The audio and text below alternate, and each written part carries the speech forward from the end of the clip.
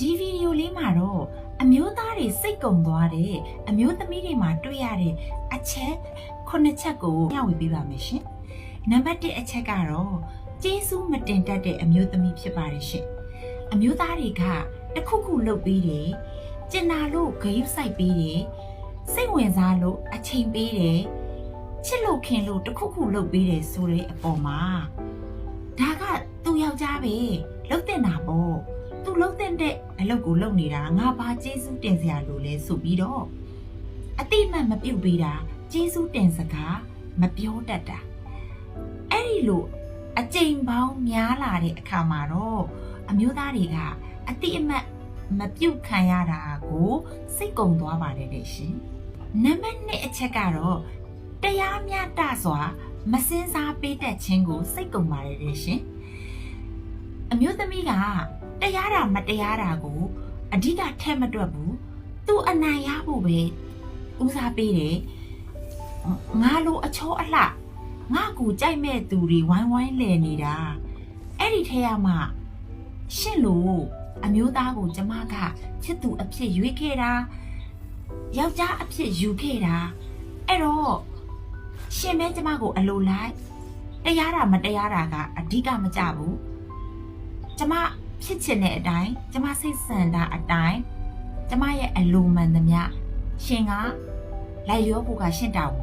စသဖြင့်ပေါ့နော်အဲ့ဒီလိုခံယူချက်ကြီးနဲ့နေရာတကာတိုင်းမှာတရားမျှတမှုမစင်စားပဲနဲ့စိတ်ကြီးပဲကောက်နေတယ်သူ့အလိုကြီးပဲလိုက်နေရတယ်ဆိုရင်တော့ကြာလာရင်အမျိုးသားတွေကစိတ်ကုန်သွားပါတယ်တဲ့ရှင်ဒီဘက်3အချက်ကတော့စိုးရိမ်စိတ်ကြီးမားလွန်းတဲ့အမျိုးသမီးတွေကိုအမျိုးသားတွေကစိတ်ကုန်တတ်ပါတယ်တဲ့ရှင်အမျိုးသားကစွန့်စားခြင်းနဲ့လောက်ကင်ခြင်းနဲ့အမျိုးသမီးကစိတ်ပူတယ်စိုးရိမ်တယ်အဲ့တော့စွန့်စားခွင့်မပေးဘူးဆောင်ရွက်ခွင့်မပေးဘူးဥပမာအမျိုးသားကလက်ဝိတ်ထိုးခြင်းနဲ့အဲ့ဒီမှာအမျိုးသမီးကရှင်ကျိုးမယ်နံရိုးကျိုးမယ်သွားကျိုးမယ်မျက်လုံးကျွတ်သွားမယ်မလုပ်ရဘူးလုံးဝခွင့်မပြုနိုင်ဘူးရှင်မမယားနဲ့သားနဲ့ကျမတို့ကဘယ်လိုနေရမှာလဲဘယ်လိုထိုင်ရမှာလဲစသဖြင့်ပေါ့ဒါကဥပမာတစ်ခုတခြားသောအကြောင်းအရာများစွာမှာလဲနောက်ကနေတစ်ချိန်လုံးလိုက်ပူနေတယ်လိုက်စိုးရိမ်တတ်တယ်ဆိုရင်အမျိုးသားကတခုခုလုပ်မယ်စဉ်းစားတိုင်းမှာစိတ်အနှောက်အယှက်ဖြစ်ရတဲ့အတွက်ပေါ့ဒါမျိုးတွေများလွန်းရင်လေအမျိုးသားကစိတ်ကုန်သွားပါတယ်တဲ့ရှင်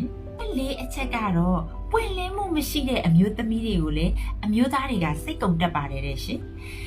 အမျိုးသမီးကသူ့မှာအစင်မပြေတဲ့အကြောင်းအရာတွေရှိနေတဲ့အတွက်မျက်နှာလေးညှိုးညိုးဖြစ်နေတယ်ဒီအရာကိုပွင့်လင်းလင်းထောက်မပြောဘူးအဲ့တော့အမျိုးသားကလည်းမသိဘူး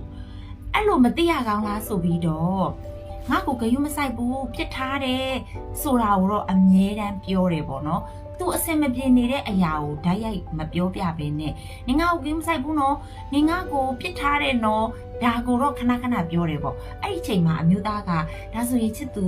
မင်းဘာဖြစ်တာလဲဘာအစင်မပြေတာလဲပြောပြပါတော့လို့မေးပြန်ရင်လည်းမပြောပြဘူးအဲ့ဒီလိုမျိုးဆိုရင်အမျိုးသားတွေကအင်မတန်စိတ်ကုန်တတ်ပါတယ်တဲ့ရှင်နံပါတ်5အချက်ကတော့အပေါ်ယံပဲမြင်တတ်ခြင်းအပေါ်ယံကိုပဲကြိုက်နေတတ်ခြင်းအမျိုးသားရဲ့ငွေကြီးသုံးစွဲနိုင်မှုလှပတက်ရကြော်ရှင်းနေမှုဒီအပေါ်ယံကြော်မောကော့လေးတွေကိုဟီဟာဟာနဲ့အရန်ကြိုက်အရန်ပျော်ပြီးတော့တကယ်အဲ့ဒီအမျိုးသားရဲ့တန်ဖိုးထားမှုတွေယုံကြည်မှုတွေဒါကိုတော့စိတ်မဝင်စားဘူးအပေါ်ယံတွေကိုပဲစိတ်ဝင်စားနေတယ်အမျိုးသားရဲ့တကယ်ထုတ်မပြောပေမဲ့လေတကယ်သူတန်ဖိုးထားနေတဲ့နောက်ကိုရအရာတွေကိုကြတော့စိတ်လည်းမဝင်စားတယ်လို့အရေးလည်းမလုပ်ဘူးတန်ဖိုးလည်းမထားတတ်ဘူးဆိုရင်အမျိုးသားတွေကရေရှည်မှာစိတ်ကုန်သွားပါတယ်တဲ့ရှင်နံပါတ်6အချက်ကတော့ငွေကြေးကြီးအဖက်မတင်ခြင်းအမျိုးသားတွေရှာပေးသမျှအပ်ပေးသမျှငွေကြေးတွေကိုသူ့နေရာနဲ့သူသုံးဆွဲမှုမပြုတ်တတ်ပဲနဲ့မလိုတာနဲ့လိုတာကိုမခွဲခြားနိုင်ပဲနဲ့တွေ့သမျှစိတ်ကူးတွေပေါ်သလိုသုံးဆွဲပြီးတော့အချိန်တန်တော့အကျွေးတွေတင်